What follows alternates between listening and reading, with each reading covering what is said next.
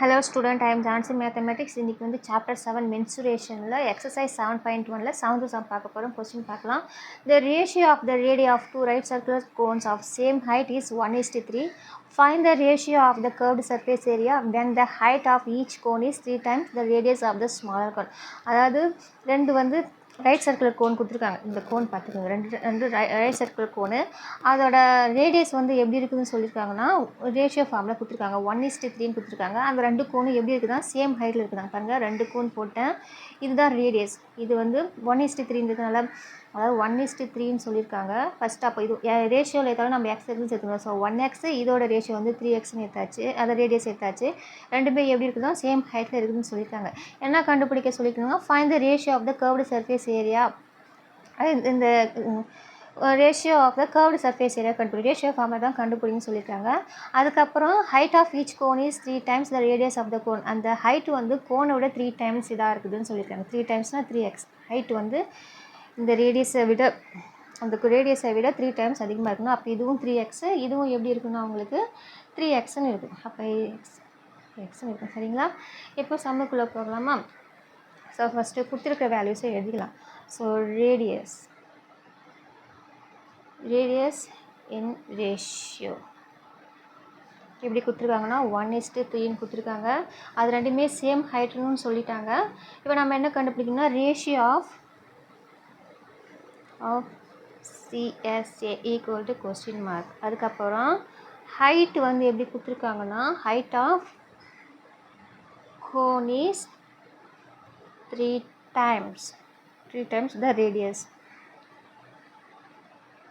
3 times the radiusன்னு கொடுத்துருக்காங்க. சரிங்களா? இப்போ சிஎஸ்ஏ தான் நம்ம கண்டுபிடிக்க போகிறோம்.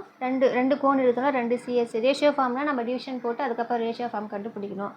அப்போ CSA 1 நெக்ஸ்ட்டு CSA 2 கண்டுபிடிக்கலாம். CSA ஆஃப் கோன் ஃபார்மில் என்னது?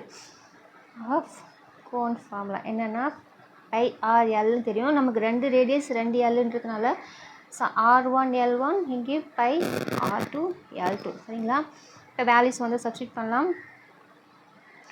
பை அப்படியே போட்டுக்கலாம். R1 வேல்யூ வந்து என்னென்னா 1. இப்போ இனிமேல் தான் நம்ம கண்டுபிடிக்க போகிறோம். ஸோ ஃபஸ்ட்டு L1 வந்து கண்டுபிடிச்சிக்கலாம். சரிங்களா?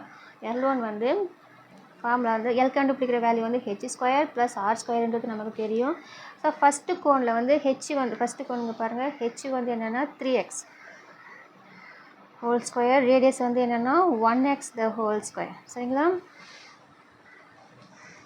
ஸோ அப்போ கண்டுபிடிச்சிங்கன்னா 3x² பண்ணிங்கன்னா 9x², 1x² பண்ணால் 1x². ஸோ என்ன ஆகுன்னா ரெண்டுக்கு ஆட் பண்ணிங்கன்னா 10x² ஆகும்.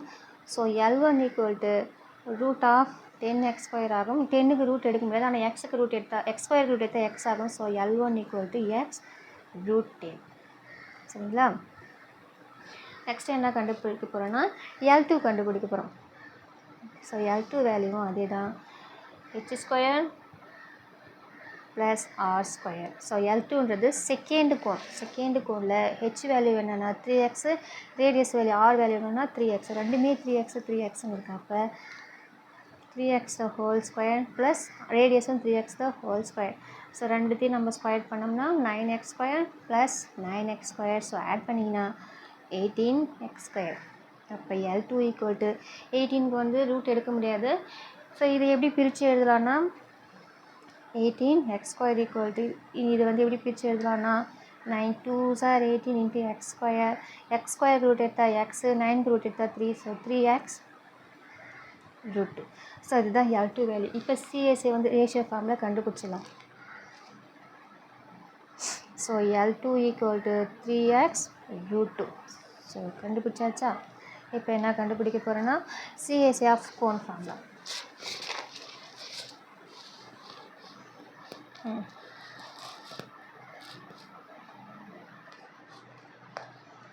இப்போ CSA1 CSA2.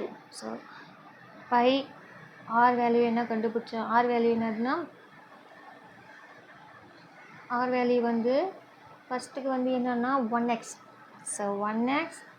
அது L வேல்யூ வந்து என்னென்னா √10x பை இதில் பை வேல்யூ தான் வரும். இதில் ஆர் வேல்யூ என்னென்னா 3x வரும். இதில் வந்து என்ன கண்டுபிடிச்சேன்னா 3x √2ன்னு கண்டுபிடிச்சேன். சரியா? So by cancel. ரிமைனிங் என்ன இருக்குது?